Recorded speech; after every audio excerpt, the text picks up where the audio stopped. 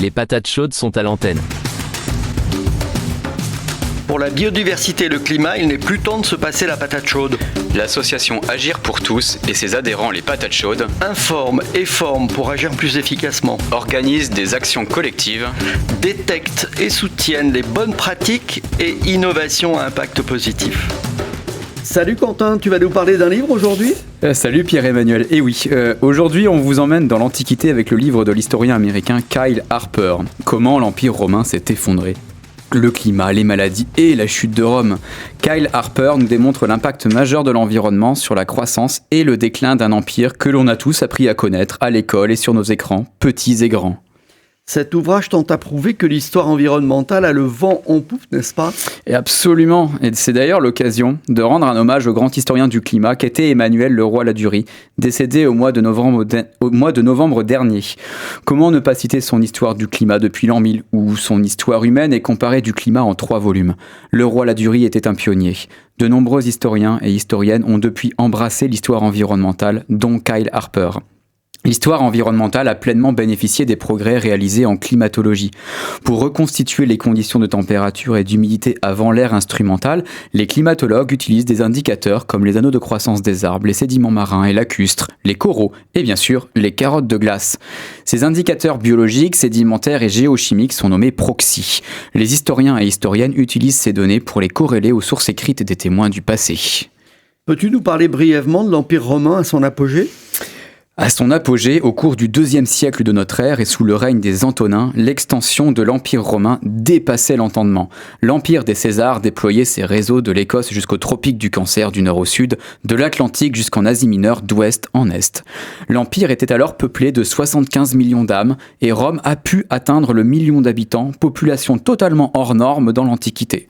Pour Kyle Harper, cette dynamique démographique et commerciale fut le terreau d'une vulnérabilité aux épidémies puis aux pandémies, dont celle de la peste qui n'ont eu aucun mal à se propager. L'environnement allait transformer le destin de l'Empire, mais les Romains ne le savaient pas encore. L'Empire romain a connu une longue période chaude et humide. Peux-tu nous en dire quelques mots ? Tout à fait, cette période qui s'étend environ entre 200 avant Jésus-Christ et 150 après Jésus-Christ est connue pour avoir été particulièrement chaude. On l'appelle l'optimum climatique romain OCR.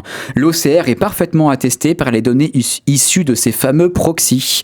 L'OCR était aussi une période plus humide. Les jours de pluie étaient plus nombreux, y compris en été, alors même que le climat méditerranéen est réputé pour ses étés chauds et très secs.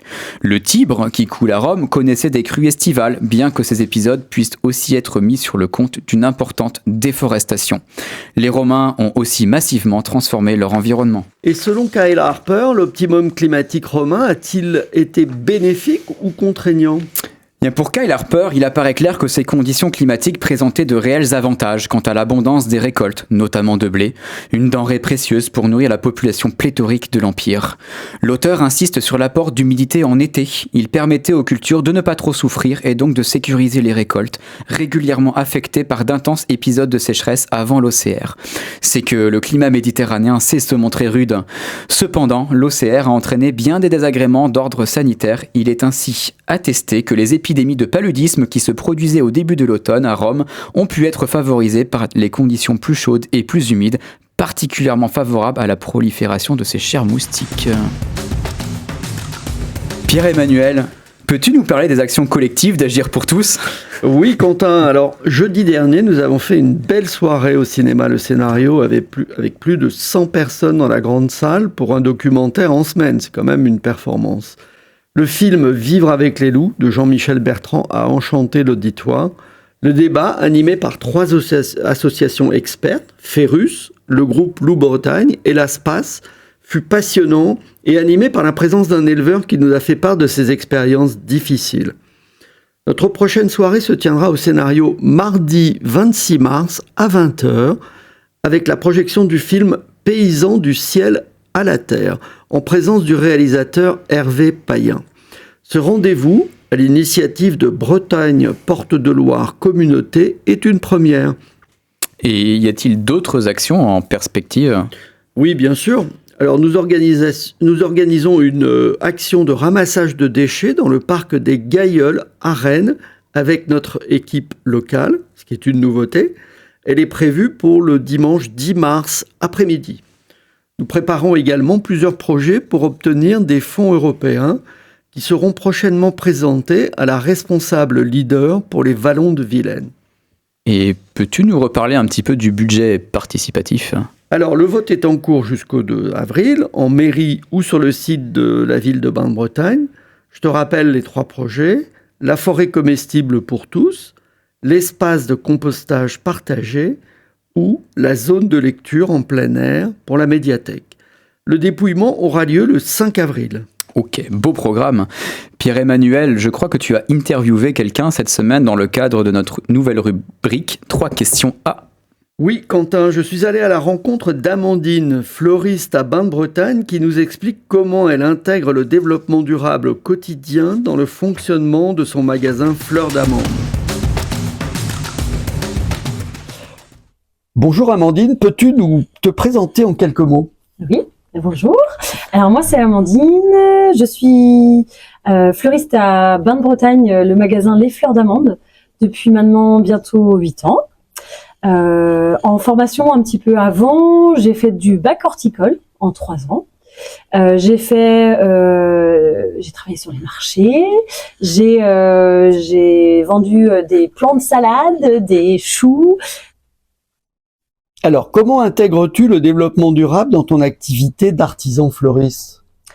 Alors, déjà, l'économie circulaire est pour moi quelque chose de très important. On rentre dans une phase où la surconsommation est aberrante. Et alors je fais avec mes petits gestes et mes petites mains plein de petites actions pour mener à mieux cette surconsommation. Donc, on propose à nos clients de ramener leur cache-pot pour les réutiliser. Donc en fait, ils ont le choix de soit les mettre à disposition et en échange recevoir une remise en contrepartie, ou alors nous les laisser à disposition avec leur nom dedans. Et en fait, à chaque fois qu'ils sont invités, on vient à remettre. Je vois le week-end dernier, il y a une cliente qui voulait une orchidée, elle avait ramené des cache-pots. Du coup, on vient à mettre l'orchidée dans le cache-pot, on remballe le tout, et c'est du recyclage et de l'économie et de l'écologie. Très bien. On a cette partie-là qui est quand même importante. Faut savoir qu'il y a 10 ans, les clients ramenaient pas leur base. Même s'il y avait une plante de fanée, ils se sentaient gênés de ramener la base juste pour changer la plante. Nous, faut savoir qu'on est ouvert à toute proposition. Au contraire, tant qu'on vend au moins une chose en échange, il n'y a pas de raison qu'on fasse pas l'effort en fait. Est-ce que tu as d'autres exemples de ce qui peut rentrer dans le développement durable ? Tu m'avais parlé d'eau, par exemple, et de gestion de l'eau. Ah oui. Faut savoir que chez une fleuriste traditionnelle, les fleurs, tous les 2 jours à peu près, on change l'eau des vases. Et en fait, chez nous, on a des bacs de rétention d'eau. Et on réutilise chaque seau de la semaine encourue pour faire l'arrosage des plantes extérieures et des plantes intérieures aussi. Donc pas de perte d'eau. Pas de perte d'eau. Très bien.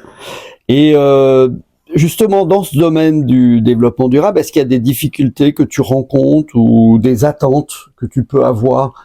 Est-ce qu'on est dans un monde idéal du développement durable ou il y a encore des écueils ? Il y a encore de quoi faire, je pense. On essaye aussi de faire une action aussi où les gens viennent à tailler leurs haies.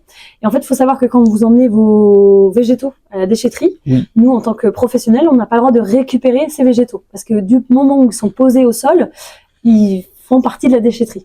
Nous, on a mis en place une action Ramène tes branches, où les gens, justement, ramènent en échange ou non de contrepartie financière leur taille de haie. Et nous, ça nous permet de faire les bouquets. Donc déjà, on vient à ne pas racheter des végétaux pour refaire un fleurissement, étant donné que les autres étaient considérés comme déchets. On a cette partie-là. On aimerait aller plus loin encore sur les déchets carton, sur tous les pots qu'on vient à recevoir. Mine de rien, ça fait. Il y a des maraîchers, il y a des producteurs qui achètent à chaque fois des nouveaux pots, des nouveaux godets, des nouvelles plaques. Oui. J'estime qu'on gaspille vraiment, vraiment beaucoup de plastique. Et je pense qu'il y a quelque chose à faire sur la récupération. Ne serait-ce que quelqu'un qui fait des semis ou des boutures chez lui. Nous, on est carrément OK pour qu'ils viennent chercher les pots qu'on va malheureusement mettre en déchetterie, en fait. D'accord. De base. Donc il faut le faire savoir. Je crois que Bretagne Port de Loire Communauté met en place un système de bourse d'échange ou de plateforme d'échange qui pourrait être une solution. C'est une très bonne initiative de Bretagne de Port de Loire parce que moi j'y suis allée à 2 ateliers et il y a un échange quand même entre commerçants, mais tout d'abord, mais qu'est-ce que j'ai à offrir aux gens en fait? Et du moment où tu commences à te dire, est-ce que mes déchets peuvent servir à quelqu'un d'autre? Bah oui, en fait, oui, c'est le cas. Les cartons, tout bêtement, on a une cliente qui vient tous les ans chercher nos cartons pour réchauffer sa terre avant de faire ses semis. Et ben, mine de rien, c'est quand même réutilisé. Alors, il faut que ça soit des cartons sans écriture, mais il y a quand même une réutilisation mère, quoi. Des sacs plastiques, il y a plein de gens qui emballent à foison des choses. Il y a plein de choses possibles. Et Bretagne Port de Loire, c'est quand même bien d'avoir mis en place une section, en tout cas pour l'économie circulaire. Et concernant tes achats, et notamment tes achats en circuit court, je crois que tu me disais que tout n'était pas idéal parce que effectivement, il n'y avait pas forcément de marché local en ce qui concerne les fleurs en circuit court. Alors, faut savoir du coup que les circuits courts, ce serait l'idéal pour toutes les fleuristes en fait, hein, d'avoir un producteur à côté, de se fournir. On sait que la fleur, elle tient plus longtemps.